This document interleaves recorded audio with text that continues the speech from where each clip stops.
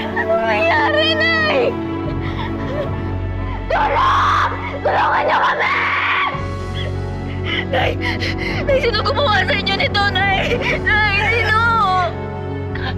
Kadyo, anak. Si Kadyo.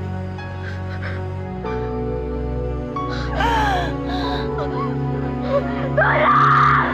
Tulong! Nay! Nay, hindi tayo magkakaiwalay, di ba? Nay! Nay, sabihin niyo sa akin, hindi tayo magkakaiwalay. Ayoko pa mamatay. Hindi!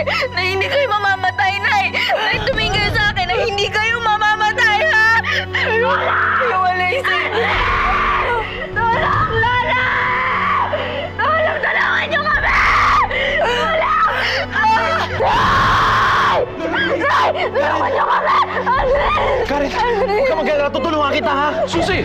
Sandali lang, papalitan ko yung kotse. Karen! Tawag niyo, Gwardiya! Dali tayo sa ospital! Ako, Susi! Susi!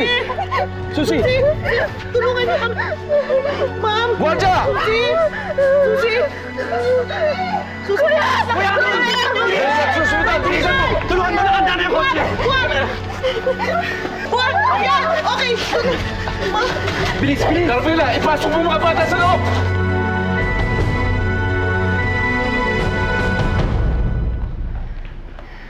I remember seeing a man. Tapos masakit. Tapos na-knockout na ako. Hindi ko na po alam kung ano yung sumunod na nangyari. Lola, are we safe here? Baka mamaya nandiyan pa po yung magnanakaw eh. Ayoko po matulad dun sa nanay ni Karen. Lola, baka... Stop, Carla! Don't say that. Mabubuhay si Susie, nasa hospital siya. Tsaka ang dami ng gwardiya sa labas. At parating na rin ang mga pulis dito. Lola, hindi po ba tayo susunod sa ospital?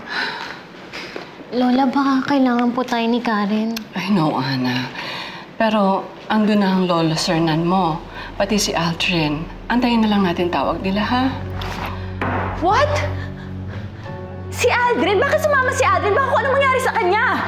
Because your son wants to help. Ngayon, kung wala ka rin lang masasabi na makakatulong sa sitwasyon, huwag ka nang makaalam, Ruth. Tumahimik ka na lang.